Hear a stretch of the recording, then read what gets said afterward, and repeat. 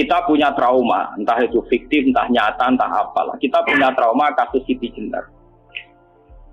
Orang yang mendalami la ilaha illallah secara intensif, ya, entah itu disebut kalimat sodo, bosuluk, boseloko, mbah kono pokoknya. Orang yang memahami la ilaha illallah secara intensif, itu pasti menuju ilmu hakikat. Dan menuju ilmu hakikat pasti ngalami hakikat yang khoyali. Ini ruang tenan ini. Hakikat yang apa? Khoyali. Dan hakikat yang khoyali ini mulai menipu. Ya, kalau sudah begitu ruwet. Misalnya ngeten ya. Ketika kulon moco diskusi ini utai perdebatannya kali jago besi Jenar. Saat itu ada Sunan Bonang juga. Kamu sujud pakai apa kali jaga? Ya pakai jasad. Dari Siti Jenar. Daging kamu itu hanya onggokan daging. Nanti itu jadi bangkai. Dan setelah jadi bangkai itu habis. Kamu nanti ditulis Tuhan tidak termasuk yang sujud. Kebuat yang gue sujud itu bentek. Mikir kan juga. Rugi ke sujud ke badok ke tangan. Jasad tem sebenarnya bentek. Orang-orang sing cerita kowe nak sujud mergo jasad itu mau sebenarnya dadi bang. Lah nak ngono sujud ning hakikat ora usah badok, ora usah tangan, ora usah sikil, yo rokom iku lho kon sujud mbek pangeran. Nak sujud mbek fisik ku rugi wong fisik sobanan. Mikir kali. Orang bolak-balik kali Joko mantan wali preman terus jadi debat pusing. Siti Jenar tahu belajar tak tahu menang Irak. Yang jelas yang mulang gak sabar orang menangis. Wah, uang ini menjadi perdebatan. Sehingga keyakinannya kayak Siti Jenar, la ilaha illallah itu ya wahdatul wujud itu innalillahi wa inna ilaihi. Selama ini kalau orang syariat misalnya, orang syariat itu kalau ada orang mati, misalnya Kak Ruhin mati, ini aku kan muni innalillahi wa inna ilaihi raji'un, saiki Ruhin wis mate. Mate itu balik ning penge. Itu cara wong hakikat kan salah besar. Orang mati itu tidak ada. Cara ilmu hakikat dan orang mati itu tidak ada. Roh ini tersiksa di alam fisik. Jadi ruh-ruh ini tersiksa di alam fisik. Karena ketemu ning jasate ruh. Tersiksa itu. Aku apa mangane kudu kerja piring Jepang tersiksa roti. Adol roti mau tersiksa. Misalnya kiai pemangane dadak kudu pidato 2 jam bareng tersiksa. Roti napa? Tersiksa. Mergo ora buta mangan, ora buta ngombe, tapi gara-gara melok fisik. Paham ya? Lho itu nanti ilmu ketawarai ya bener. Kula boten. Zaman betul lho guru waras maksudnya nggih. Artinya waras secara akademik karena ada referensi, ada marojek, ya. Waras secara hakikat. Kulo nu mau merasake sampean wis ilmu hakikat. Artinya saya juga ngalami ilmu hakikat. Lan ketika sekarang hikam wong ora tau muka safar rasa jadi ulama. Terus entah sekian detik ulama itu harus pernah muka safar. Biar merasakan ilmu napa? Ada. Tapi ilmu hakikat itu bisa dilogikakan sebelum sampean sampai secara musyahadah. Paling enggak bisa sampai secara logika. Manusia itu mulai Nabi Adam sampai sekarang itu kan punya roh. Dan roh itu tidak makhluk. Ya, roh itu tidak makhluk. Ketika roh itu diletakkan di jasad, dia itu tersiksa. Karena ketika dia ke jasad fisik, namanya mengalami keterpisahan dengan yang abadi. Dia ini yang jasad fisik, tersiksa. Karena dia harus di alam yang kasat mata, alam multi. Tersiksa. Ketika dia tersiksa, semelok ruhin, akhirnya dia mangannya kangelan, akhirnya lesu, mangan. Padahal roh gak butuh mangan, perlu dicatat, roh gak butuh. Ora butuh gunung kidul barang kan ora butuh rapi. Paham kan? Ora butuh cinta, ora butuh pegatan, ora butuh macam-macam. Paham? Tapi karena dia nemplek jasad sing butuh mangan, butuh rabi, butuh wedoan macam-macam. Akhirnya roh tersiksa. Suatu saat kalau roh ini dalam bahasa manusia mati, ini dalam bahasa manusia mati. Ini hakikatnya roh itu tidak mati, dia kembali ke habitatnya. Ini disebut innalillah. Kita ini dari awal ya dengan Allah. Wa inna ilaihi juga kemudian nanti kita pasti kembali ke Allah. Dan itu diyakini betul oleh orang wahdatul wujud. Jadi kalau roh mati itu ya tidak ada mati. Roh sekarang itu kembali karena sudah lama mengalami keterpisahan mergo melok fisik-fisik dari ono kerja dasinan, ono nggo proposal ruwet roh melok. Paham gitu. Kita di roh napa melok roh. Lah roh ya tersiksa aku ora butuh mangan, ora butuh proposal, gak ngalor. Itu tersiksa. Makanya dalam cerita-cerita Jalaluddin Rumi yang otentik di kitab-kitab begitu. Ketika beliau mau meninggal, muridnya itu nangis. Dari Jalaluddin Rumi, kamu jangan nangisi saya ini mau pesta, saya ini mau pesta perkawinan. Kamu tidak merasakan penyesalan saya. Saya ini lama menyesal karena harus hidup bersama kamu. Terus saya ini tersiksa karena ngalami alam yang rusak, yang fana. Alam yang fana. Harusnya roh saya itu di alam abadi, bukan di sini. Maka jangan tangisi kematian saya. Kematian saya adalah kembalinya roh ke habitatnya. Semenjak itu kematian dianggap malam perkawinan. Karena roh kembali. Walhasil muniku cara ilmu tasawuf bahasa Arab jenenge wahdatul wujud, kena Jawa Yogyakarta Solo kok adanu jenenge manunggaling kawula. Mergo sing rawan ngono rugen to, karena iki tak terangno. Dadi bathuk mesti iki buku sujud kan niku sampeyan ilang. Dadi seksine ra ono cara teorine sinten Siti rugi kowe. Dadi yo kentur. Kali coba mantan preman jak debat terus ora ngono mbok terus tak pateni kowe. Lah debat iki ora iso. Premane kumat. Ya tak preman jak debat ilmi. Ngono ku model. Kali Joko yo ora salah dhisik dina Umar nggih ngoten. Soal Umar sahabat top, lha jak debat atau milih tak patenane ya Rasulullah. Gak iso dene jak ilmiah. Mantan preman pasar ukat terus jadi sahabat top debat yang milih mate. Jadi wonten cerita wong Yahudi jalur keputusan Nabi, bareng diputusno Nabi cek mamang. Ndak tenang keputusane ngono dalam sengketa duniawi. Bariku takok ya Ali. Ya Ali, aku mau sowan ning Nabi Muhammad. Dikai keputusan tapi mamang cara kowe pilih. Sampai Ali dikai keputusan persis kanjeng Nabi. Cek mamang meneh takok Umar. Apa marah aku mau singgone Muhammad, singgone Ali, kayak keputusan kok mamang mar. Cara kowe piye? Urusan dunya. Entah ini, entah dia meleput buat apa? Uang diputus Nabi ora mar. Buat mati. Awe. Mereka mantan apa? Cara mantan intelektual atau intelektual kan ya wajar nggak uji kok percaya Nabi. Kan bareng cara Ali ya gak percaya wis kandhani. Ora percaya ali tenan. Lah ora apa patene. Ya wajar wong Yahudi kok percaya Nabi, nek percaya ora gitu Yahudi Muslim. Lah ali itu Gusdur. Ali Gusdur ra beda piye tentang ali nyen ngoten watake ngoten. Nasibe padha. Ali itu ilmuwan yang jadi presiden gak sukses. Sing niru Gusdur. Mergo ning dina negara wong pinter mimpin ra sukses. Wong pinter gampang maklumi. Lah misalnya kita jadi kiai wong pinter, saya santri ini pacaran, maksud itu jangan ada cerita besok. Wah ruwet, terus malah dalil dinalina tubuh syahwat minan. Iya bodoh tanpa pelaturan paham ya, ruwet tau. Mana jogeman, kiai pinter teman-teman itu jogeman. Jadi biasa, wae ono syariate sithik-sithik. Sing kemana ono santri pacaran tersinggung, ono santri nakal tersinggung, sing ono rasane lha dunya ono napa? Jadi nak meguru kula nu urusan ilmu semi hakikat. Mon ini. Sehingga kayak Siti Jenar, cara pandang Siti Jenar itu masuk betul ning gone pemikiran para santrinya. Kados Ki Ageng Pengging siapa masuk betul karena masuk akal. Cara mereka napa? Betapa ndak ada artinya fisik ini. Nah, kalau semua fisik ini tidak ada artinya, kemudian yang ada artinya itu roh, perjalanan apa? Perjalanan roh, sehingga diartikan inna lillah wa inna ilaihi raji'un. Inna sholati wa nusuki wa mahyaya wa mamati lillah. Lah kemudian sekarang sama tak tanya misalnya ini latihan ilmu hakikat. Wa mahyaya lan penguripan ingsun. Kalau ingsun itu artinya fisik atau jasad, itu keliru besar karena jasad tidak pernah hidup. Yang hidup itu roh. Paham ya?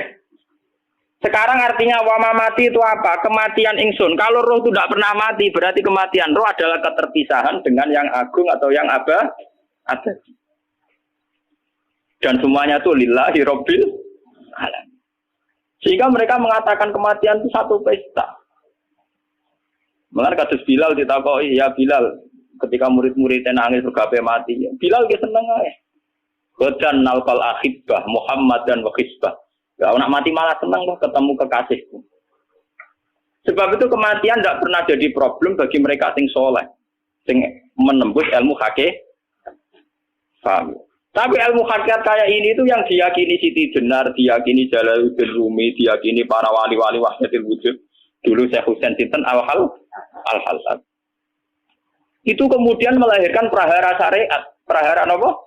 Syariat. Sebab itu Wali Songo, oke Siti Jenar benar dalam filosofinya, tapi harus dibunuh. Karena menjadi prahara syariat. Sama dengan yang dikatakan Nabi itu benar, tapi menjadi prahara syariat. Akhirnya disomasi oleh Umar radhiyallahu anhu. Jadi sebetulnya sama, pola-pola ceritanya sama. Intinya sebuah ilmu hakikat harus dikawal napa? Syariat. Nggih kula bolak-balik, contoh paling gampang wit pisang. Wong nak mangan gedang kulitnya tetap dibuat. Tapi umpama gedang dari awal ora usah kulit, ra sido dadi gedang. Paham nggih? Meskipun kon ape dipangan ya dibuat. Tapi kita tidak bisa membayangkan pisang dari awal tanpa napa? Mbah kekeringan, mbah bosok, mbah ra sido dadi napa? Pisang. Terus pentingnya syariat lagi begini, gitu. Makanya penting ngaji wali-wali syariat yang pinter kados Sunan Kudus, kados Sunan Bonang. Andai kan tidak ada syariat itu dunia pun mesti rusak. Contoh paling gampang masalah pornografi, porno aksi. Jadi jelas ada omongi ngono ibu ngakak-ngakak deh. Dari pangeran wis pirsa, kowe nek klambi pangeran ora tentora ya rasa klambenan. Wong ora ana gunane. Kalau yang paling penting ku nazarullah, kenapa kowe klambenan barang, wong kowe klambenan ora pangeran tetep pirsa. Nyatane di jenar nak mulang nggih coba klambenan nah intine napa? Dinya ada nambah senan pun. Nah, aku percaya kabeh nazarullah ora usah napa? Klambenan. Tetapi teori ra usah klambenan iki dinggo tenan. Mulane nek pas do wiridan aliran sesat ciri utama. Kira klambenan tenan. Lah ruwet to. Lho iki tenan iki cerita. Iki pentingnya ngaji nggih. Ben sampean ngerti variasi riwayat kemudian kita orang syariat harus kayak apa, kemudian kenapa menjadi aliran wahdatil wujud. Lah terus kita ini ya, kita ini kan orang syariat. Memang kelemahan orang syariat itu akeh kok sampean-sampean siji mesti ra kramat. Modele ora di duwe bingung, ruwet. Urip wong syariat lho apa? Dineng bojo wedi, dineng tangga wedi, pengaruhe menurun. Pancen orang syariat itu banyak kriminal tauhidnya itu memang jelas. Melane kiai-kiai fikih nak ketemu kiai-kiai sing setengah jaga wedi mergo iso nebak atine. Ngene meriang nang. Sing kiai ra tau salat keramat padahal ngambungan wong. Sungguh dino sholat pas waktu kok ora tahu keramat. Wong ape buah utang tanggane keramat apane? Sing kono ngawur-ngawur sowan pirang. Meriang mulai syariat ngadepi wong hakikat napa? Mulane jogeman dadi wong syariat sing ngene iku bahaya. Nah kula mboten ngarah. Sampai dadi wong syariat sing ra keramat.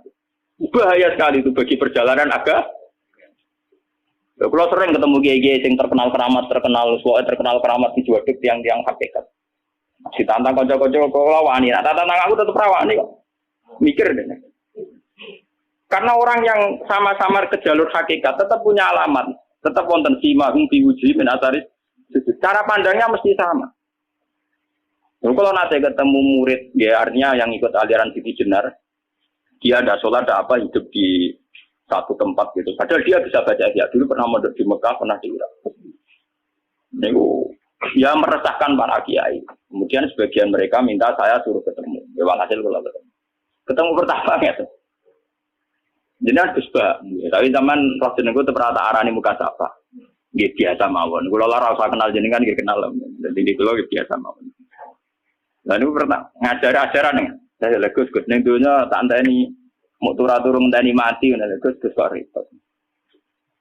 Ucapan pulau terus ya. Sampai ada wong hakikat wong ngenteni mati bareng. Ya mati wis saiki iku. Selasa ngenteni saiki foto-foto wis napa? Wis mati. Ya saiki foto-foto wis urip. Wis foto kabeh. Nah cara ilmu hakikat kan terus sama semua. Napa? Sama semua. Tadi makanya itu tadi. Kalau baleni malih logika hakikat itu begitu ya. Roh itu ditiupkan oleh Tuhan ke kita. Kemudian roh karena ikut alam fisik, alam jasad, roh ngalami yang kita alami. Nggih. Ketika roh ngalami yang kita alami, dia tersiksa.